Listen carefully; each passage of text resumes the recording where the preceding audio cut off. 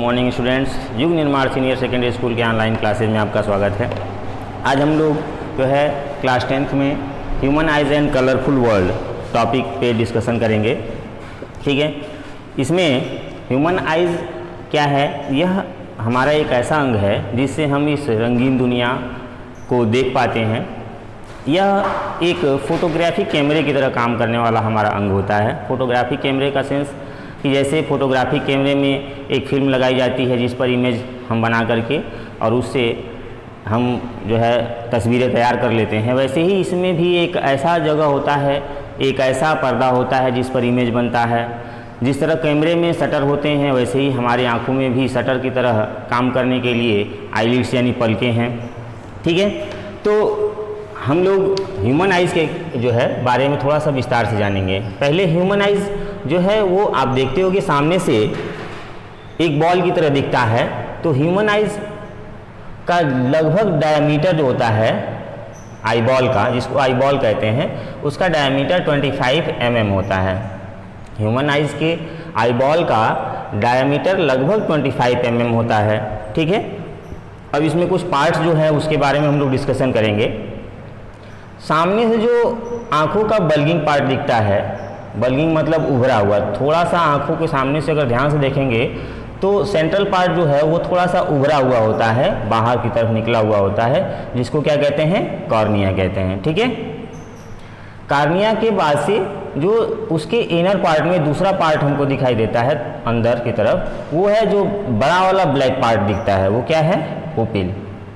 ठीक है, जो बड़ा वाला ब्लैक पार्ट है वो क्या है? पुपिल है। इसमें होता क्या है, ये क्यों काला होता है?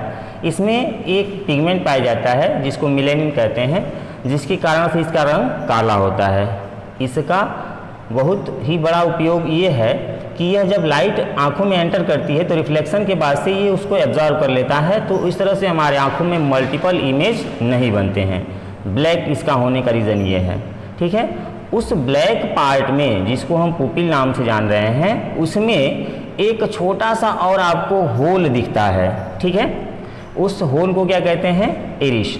होल दिखने का मतलब पूरा आर पार नहीं होता है, वो छोटा सा एक गोल छेद दिखता है, महसूस होता है। अगर आंखों में किसी को ध्यान से देखेंगे तो ये दिखाई देगा, ये होता है इरिश। ये क्या करता है? आँखों में जो लाइट एंटर होती है वो इसी इरिश से होकर के एंटर करती है। ठीक है, इसकी प्रॉपर्टी यह है कि यह अकॉर्डिंग टू लाइट अपने आप जो है सिकुड़ता फैलता है। ठीक है, जैसे आप देखे होंगे कि किसी उजाले से और अंधेरे कमरे में जाने पर आँखों को हम बड़ी कर लेते हैं। बड़ी करने का मतलब आँखों को पूरी तरह से खोल करके और देखने की कोशिश करते हैं, तो कुछ समय बाद हमको चीज़ें दिखाई देती हैं। तो वो इसी कारण से होता है, क्योंकि यह एक्सटेंशन जब करता है तो यह तुरंत एक्सटेंड नहीं होता है, थोड़ा सा इसमें समय लगता है सिकुड़ने और फैलने में। तो इसलिए थोड़ा सा हमको वक्त लगता है प्रकाश को आँखों के अंदर जाने में और इमेज बनने में, इसलिए हमको थोड़ी देर बाद वस्तुएं दिखाई देती हैं। यानी कि आँखों में लाइट एंटर करने का मेन पॉइंट जो है वो आइरिश है। उसके जस्ट पीछे आपका होता है आई लेंस। आई लेंस क्या है? यह एक फ्लूइड से बना हुआ, ट्रांसपेरेंट फ्लूइड से बना हुआ एक बाईफोकल लेंस, ठीक है, या कॉन्वेक्स लेंस भी कह सकते हैं, होता है। ठीक है, जो प्रोटीन से बना होता है। ये आई लेंस जो होता है वो प्रोटीन से बना होता है और ट्रांसपेरेंट होने की वजह से ही यह पीछे इमेज बना पाता है। ठीक है, तो ये आइरिस के जस्ट पीछे ही होता है। ठीक, उसके बाद से ये लेंस जो है यह दो ऊपर और नीचे लिगामेंट्स पे टिका होता है, जिसको सिलियरी मसल्स कहते हैं। ठीक है, सिलियरी मसल्स क्या होती हैं? मसल्स की प्रॉपर्टी होती है कि वो सिकुड़ती फैलती हैं। ठीक है, तो ये जो ऊपर और नीचे लेंस को होल्ड किए रहती हैं, यह दोनों मसल्स सिकुड़ती और फैलती हैं। सिकुड़ने और फैलने से जैसे मान लीजिए कि अगर ये लेंस है तो अगर दोनों इधर से और ऊपर से खींचा जाए तो ये क्या होगा? भाग पतला हो जाएगा। यानी जब ऊपर और नीचे से खिंचाव होता है लेंस पतला हो जाता है, फोकल लेंथ बढ़ जाती है। फिर यह जब रिलैक्स मोड में आती हैं दोनों मसल्स तो उस समय यह फिर मोटा हो जाता है और फिर फोकल लेंथ घट जाती है। यानी कि यह मसल्स जो है इस लेंस के फोकल लेंथ को एडजस्ट करने के काम आता है या काम करता है। ठीक है, उसके बाद से हम एकदम आई के पिछले पार्ट पे चलते हैं। तो पिछले पार्ट में एक स्क्रीन होता है जिसको हम रेटिना कहते हैं, जिस पर इमेज बनता है। यानी आँखों में जब लाइट एंटर करता है, लेंस से जब गुजरने के बाद से जिस पॉइंट पर या जिस स्क्रीन पर इमेज बनता है उसी को क्या कहते हैं? रेटिना कहते हैं। ये आँखों का सबसे पिछला भाग होता है जिस पर इमेज बनता है, ठीक है। तो रेटिना में दो तरह की सेल होती हैं, एक होता है रॉड सेल और एक होता है कोन सेल, ठीक है। रॉड सेल और कोन सेल करती क्या है? रॉड सेल और कोन सेल में ये एक लाइट सेंसिटिव होती हैं और एक कलर सेंसिटिव होती हैं, ठीक है।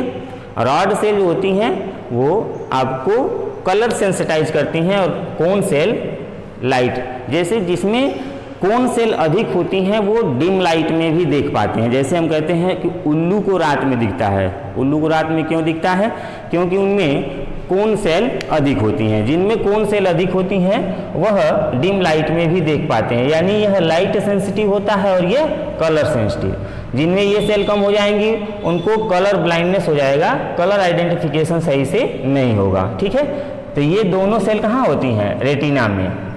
रेटिना का वह भाग जिस पर ब्राइट इमेज बनता है, जैसे यहाँ से रेज चलने के बाद से इस जगह पे इसके लेंस के और इनके ठीक सामने यहाँ पे इमेज बहुत चमकीला बनता है, तो इसलिए इसको कहते हैं येलो स्पॉट।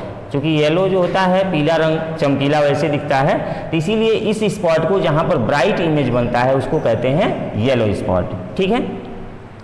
लेकिन इमेज बनने के बाद से यह हमको दिखाई कैसे देता है? तो येलो स्पॉट के नीचे से ऑप्टिक नर्व्स मतलब जो इनको सिग्नल में चेंज करके ब्रेन तक ले जाती हैं, वो नर्व्स जुड़ी होती हैं जो इन इमेज को सिग्नल्स में कन्वर्ट करके और हमारे ब्रेन तक ले जाती हैं और हम चीज़ों को महसूस कर पाते हैं। तो ये आपका येलो स्पॉट के नीचे होता है। जहाँ से ये ऑप्टिक नर्व्स निकलती हैं उसी के जस्ट ऊपर एक जगह ऐसा भी होता है जहाँ पर इमेज बिल्कुल नहीं बनता है, ठीक है। इसलिए उस स्पॉट को क्या कहते हैं? Blind spot. रेटिना का वह भाग जहाँ पर इमेज नहीं बनता है या बिल्कुल डार्क पार्ट होता है उसको कहते हैं ब्लाइंड स्पॉट। जहाँ पे सबसे चमकीला इमेज बनता है उसको कहते हैं येलो स्पॉट, ठीक है। उसके बाद से अभी कुछ चीज़ें और हैं इसमें, जैसे कि यह आँखों का पार्ट तो हो गया, लेकिन इसमें कुछ ऐसी भी चीज़ें होती हैं जो इनको रिजिडिटी देती हैं। रिजिडिटी मतलब अगर आप लोगों ने कभी कभी देखा होता है, सुना भी होता है, कहते हैं कि लोगों की आंखें बह गई। आंखों के बहने का मतलब क्या होता है? इसमें इस लेंस के आगे और कार्निया के बीच में, ये जो कार्निया है और ये लेंस है, इसके बीच में एक फ्लूइड भरा होता है। फ्लूइड मतलब तरल पदार्थ भरा होता है जो पानी के जैसा ही होता है, जिसको कहते हैं एक्वस ह्यूमर। और एक और फ्लूइड होता है जो लेंस और रेटिना के इस खाली पार्ट में भरा होता है, उसको कहते हैं वाइट्रस ह्यूमर, ठीक है। इन दोनों का रिफ्रैक्टिव इंडेक्स अप्रॉक्स 1.4 के अप्रॉक्स होता है, यानी कि 1.33 वाटर का होता है, और उसी के अप्रॉक्स में इसका पानी नहीं होता है, लेकिन पानी से थोड़ा सा गाढ़ा रिफ्रैक्टिव इंडेक्स 1.4 के अप्रॉक्स का लिक्विड इसमें भरा होता है। जो आगे होता है उसको एक्वस ह्यूमर कहते हैं और जो पीछे भरा होता है उसको वाइट्रस ह्यूमर कहते हैं, ठीक है। ये दोनों फ्लूइड जो होते हैं इस आँख को रिजिडिटी देते हैं, यानी दृढ़ता देते हैं, ताकि यह अपने आकार में बना रहे, ठीक है। तो ये इसके सारे पार्ट्स हैं। आप इनको एक बार थोड़ा सा डिस्क्रिप्टिव बुक में देख करके पढ़िएगा, कोई पॉइंट ना हो तो पूछिएगा, ठीक है। Thank you.